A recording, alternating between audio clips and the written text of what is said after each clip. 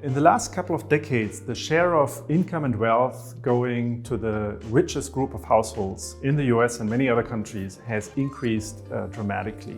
Politicians in many countries have proposed to raise the tax burden on these very rich households, both in the form of higher rates on existing income taxes, but also in the form of new tax levies such as a wealth tax.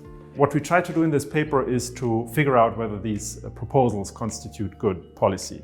A key determinant of optimal taxes on the super rich is what we call the elasticity of the tax base, which means the behavioral response. When we increase taxes on these households, to what degree do they actually reduce their economic activity, which would then reduce the tax base and therefore the revenue that we can raise from these households in order to redistribute towards households further down the distribution.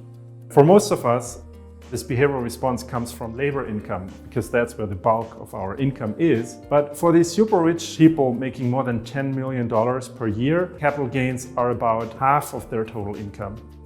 50 years ago, when you were an inventor, you worked for a big company like IBM. When you patented something, you got a salary raise, so it was treated as labor income for income tax purposes. Nowadays, essentially, a lot of innovation happens in startups. So you're a founder of a startup, you have a new idea. A couple of years later, you sell the startup and the shares in this startup are worth a lot of money. There's going to be capital gains in terms of the shares that you're getting. Economically, if you think about what this compensation is for, it is for the labor effort that you did as a founder. The 400 individuals with the highest income in the US, more than 60% of their income actually comes from capital gains. And that has increased over time. We could easily have another tax system, for instance, where capital gains are taxed at similar rates as labor income. That way we could have higher rates both on labor income and on capital gains at the top of the distribution, restoring the progressivity of the tax system, which has been